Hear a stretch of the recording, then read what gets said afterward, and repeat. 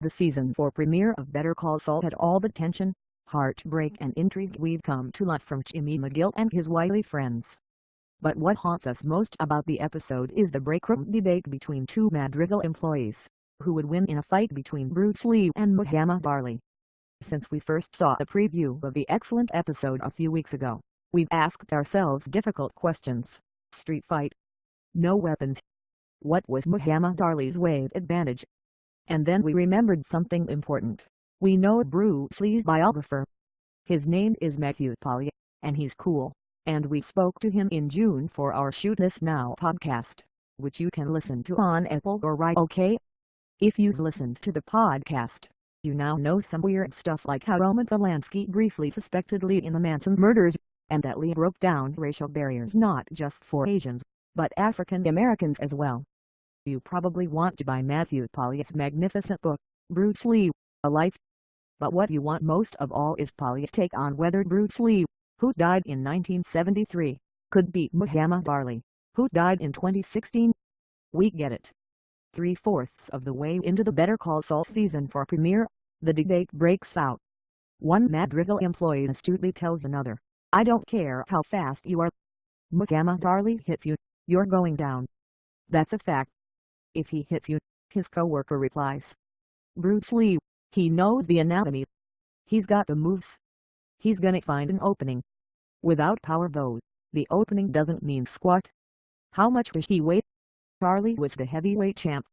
He's got at least 100 pounds on Lee." All of these are great points. We'll address them below. Ali was much bigger. I think it was John Saxon who asked Bruce if he could beat Ali, and Bruce laughed. "Have you seen the size of his fists? They are bigger than my head." The story might be apocryphal as it indicates a self-deprecating sense of humor which was not Bruce's forte. That's why I didn't include it in my book.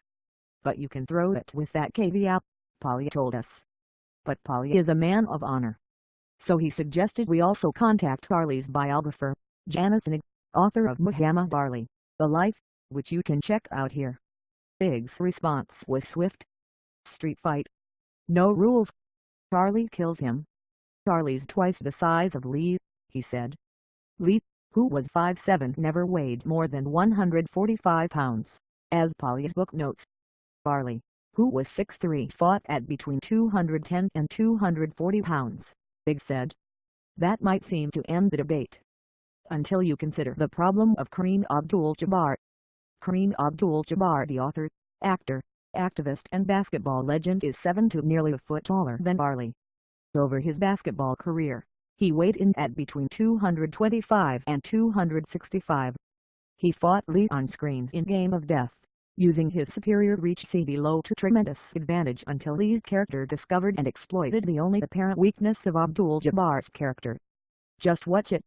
Could Lee have beaten the real Abdul-Jabbar? Lee thought it might be possible. And he was in a good position to know, because he was Abdul-Jabbar's martial arts teacher. Bruce did spar with Kareem Abdul-Jabbar and his comment was, "His arms and legs are so long I couldn't get inside to strike him. In a real fight, I would have to take out his knees first," Polly explained. "Based on that, I think that would be his strategy against Ali, who, while not as huge as Kareem, was still almost twice as big as Bruce.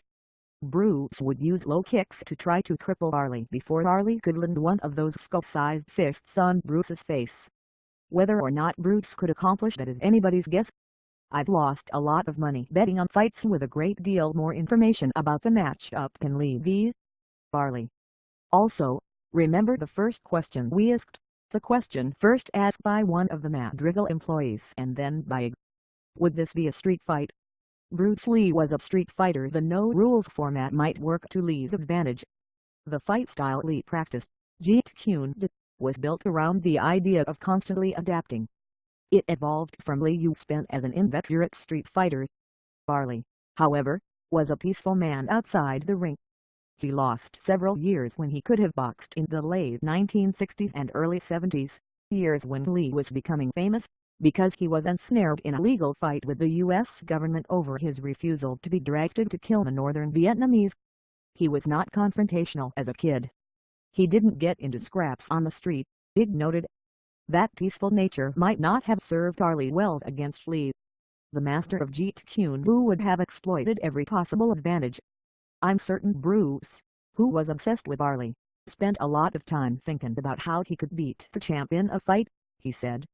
But again, Charlie was much bigger. We keep coming back to the same incredible advantage Charlie held over Lee.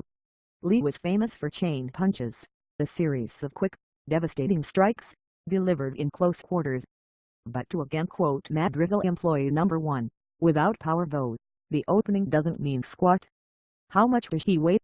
Charlie was the heavyweight champ. He's got at least 100 pounds on Lee. Well, at least peak weight, and Charlie's lowest.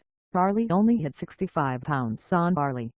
But still, he's so big and so strong, said it.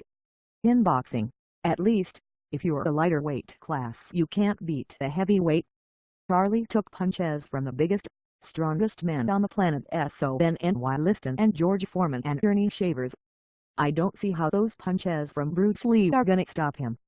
But wait, why wouldn't they fight? It's often said that a fight's real winner is the one who walks away from it. Lee, as Polly's book recounts, passed up several challenges from cab drivers, drunks in bars, and people on the street who wanted to test their skills against his, but he had no reason to fight them.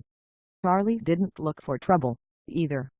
As far as it knows, Charlie never even mentioned fighting Barley. It's hard to imagine them having reason to fight, said it. Also, memo to Madrigal: no disrespect to Mike, but he's no Bruce Lee or Muhammad Barley, and while you were distracted over a debate that Lee and Barley could have easily settled, if they'd chosen to do so, during their remarkable lifetimes, good old Mr. Herman Trout